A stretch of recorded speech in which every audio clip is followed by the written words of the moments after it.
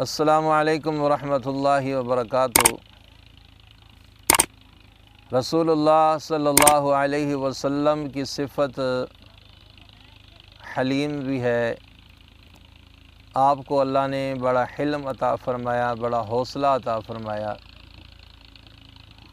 اور یہی حوصلہ، یہی حلم، یہی برداشت اللہ پاک اپنے محبوب کی امت سے بھی چاہتے ہیں۔ لیکن بدنصیبی ہے، افسوس یہ ہے کہ آج ہمارے دلوں سے، ہمارے دل و دماغ سے حلم ختم ہو گیا، برداشت ختم ہو گئی، حوصلہ نہیں رہا، برداشت نہیں رہا۔ یہ بات میں اس لیے کر رہا ہوں کہ گزشتہ دنوں رحیم یار خان میں جو ایک افسوسناک واقعہ، جس کی جتنی بھی مذمت کی جائے کم ہے، پیش آیا کہ ایک ہندو بچہ مسجد میں گیا پانی پینے کے لیے، تو وہاں کے کسی امام نے، یا امام تھا، کوئی بھی تھا، اگر امام تھا تو میں اسے عالم نہیں سمجھتا، میں اسے تو جاہل ہی کہوں گا۔ وہ پانی پینے کے لیے گیا تو اس نے اسے ڈانٹا، مارا یا جو بھی کیا، بچہ گھبرا گیا، بچہ تھا، پیشاب نکل گیا اس کا۔ اب جناب نے جا کر اس کے خلاف کیس دائر کیا، مقدمہ چلا، عدالت میں پیشی ہوئی، عدالت نے بچے کو بری کر دیا، ضمانت پہ رہا کر دیا۔ اب جناب وہاں کے علاقے کے لوگوں نے، مسلمانوں نے اکٹھے ہو کر ان کا جو مندر تھا اس کو توڑ پھوڑ کی اور پھر اس کو جلا دیا۔ تو دیکھیے کہ پہلی بات تو یہ ہے کہ اگر اس بچہ مسجد میں آ گیا تو مسجد کو کوئی اٹھا کر تو نہیں جانی تھی، اس نے مسجد میں اگر آ گیا، وہ پانی پینے کے لیے گیا ہے تو کوئی اتنا بڑا گناہ تو نہیں کر لیا، اور اگر اس نے پیشاب جان بوجھ کر بھی کیا ہے تو اس کی سزا یہ تو نہیں ہے کہ آپ ان کے مندر جلا دیں۔ شریعت اسلام ہمیں اقلیتوں کے حقوق کا تحفظ کا حکم دیتا ہے۔ آپ صلی اللہ علیہ وسلم کے دور میں، صحابہ کرام کے دور میں یہودی، عیسائی، غیر مسلم تھے، ان کو باقاعدہ تحفظ دیا جاتا تھا، ان کے حقوق کا خیال رکھا جاتا تھا، ان کی عبادت خانے تھے، ان کے معبد تھے، سب کچھ تھا، کلیسے تھے، گرجے تھے، سارا کچھ تھا۔ تو کبھی اس طرح کا واقعہ تو کبھی کہیں بھی سننے میں نہیں آتا۔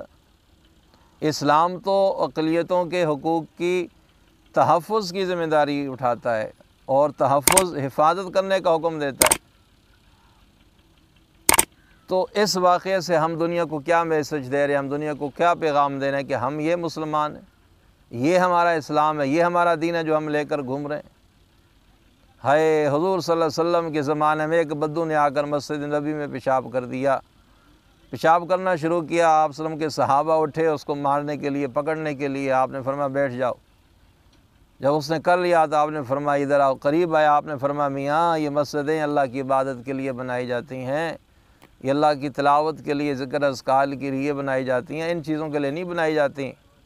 اور آپ صلی اللہ علیہ وسلم نے خود یہ صحابہ سے فرمایا بھی اس پہ پانی ڈالو، اس کو صاف کرو۔ تو حضور تو ہمیں یہ درس دے رہے ہیں، حضور سے تعلیمات سے تو ہمیں یہ سبق ملتا ہے۔ ہم کون سا دین لے کر گھوم رہے ہیں؟ ہمیں تو اپنے آپ کو پیش کرنا چاہیے تھا کہ لوگ ہمارے کردار سے متاثر ہو کر ہندو اسلام کی طرف آئیں۔ اتنا دل بھی چھوٹا نہیں کرنا چاہیے جتنا ہم نے اس کا مظاہرہ کیا ہے۔ اور پھر کتنا بڑا ظلم ہے بھی، اس بچے نے پیشاب کر دیا، جا کے تم نے مندر کو آگ لگا دی، مندر کو جلا دیا۔ اللہ اکبر کبیرہ۔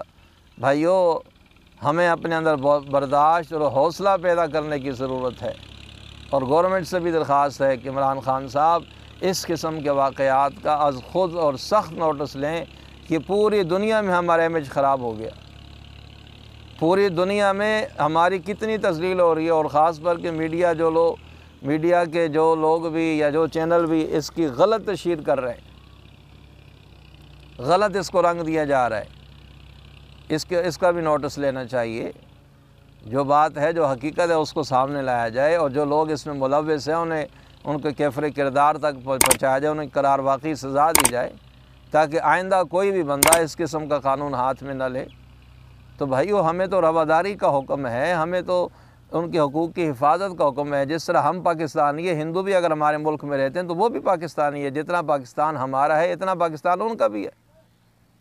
تو ہمیں تو ان کے حقوق کی حفاظت کرنی چاہیے تھی۔ کوئی بات چیت ہوتی بھی، کوئی معاملہ ہوتا بھی تو اس کو بے کر حل کیا جائے۔ یہ تو کوئی طریقہ نہیں ہے کہ ہم جا کر کسی کے عبادت خانہ گرا دیں اور اس کو جلا دیں۔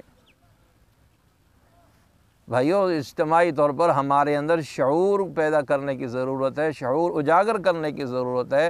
کچھ اپنے اندر حوصلہ پیدا کر دیں، کچھ برداشت پیدا کریں۔ اور میں خدا را جو دینی طبقے کے جو حضرات ہیں، جو علماء ہیں یا کسی بھی دینی سوچ رکھتے ہیں، اچھی سوچ رکھتے ہیں اسلامی نقطہ نظر کے لحاظ سے، اور جس طرح بھی ان کی سوچ ہے، کہ خدا را دین کو، مذہب کو غلط طور پر استعمال نہ کریں۔ اب میں بھی ایک مسجد کا امام ہوں، ایک ادارے کا نظامت ہے اور ایک ادارے کا حفاظت میرے سپرداری ہے، تو میں بھی اگر مجھے بھی صبح ایک نمازی کہہ رہا تھا کہ بھائی اب اگر آپ مسجد سے باہر نکل کر آواز لگائیں گے، کوئی بات کریں گے، لو جی مسجد میں اس نے یہ کر دیا، ہم نے تو کرنا ہی کرنا ہے، ہم نے تو آپ کی بات ماننی ہے۔ خدا را لوگوں کو غلط طرف نہ لے جائیں۔ علماء سے ہاتھ مان کے درخواست کرتا ہوں، اللہ نے آپ کو اگر علم دیا ہے، اگر واقعی آپ میں علم ہے، اگر آپ صحیح معنی میں آپ حضور صلی اللہ علیہ وسلم کی وراثت علم کے وارث ہیں، تو خدا را لوگوں کو غلط طرف نہ لے جائیں، لوگوں کو اس آگ کی طرف نہ لے کے جائیں، لوگوں کو اس غلط سائٹ پر نہ لے کے جائیں۔ اپنے آپ کو پہچانیں، اسلام کی حقانیت لوگوں کے سامنے رکھیں، اسلام کا صحیح رخ لوگوں کو دکھائیں، اسلام کا اصل چہرہ لوگوں کو دکھائیں۔ دین کو، مذہب کو، اپنے منصب کو غلط استعمال نہ کریں، کہیں ایسا نہ ہو ان سب کا وبال آپ کے سر پر آ جائے، اور یقیناً یہ تو ہوگا۔ جو بندہ بھی اس قسم کی حرکت کرتا ہے اور اس کو اشتعال انگیزی کرتا ہے، لوگوں کو ابھارتا ہے غلط طریقے پر، اور لوگ جا کر کسی کی جان مال کو نقصان پہنچاتے ہیں، تو بھائیو وہ پورا اس کا ذمہ دار ہے۔ اللہ ہم سب کو سمجھ عطا فرمائے، اللہ ہم سب کو دین سمجھ کر، سیکھ کر اس پر عمل کرنے کی توفیق عطا فرمائے۔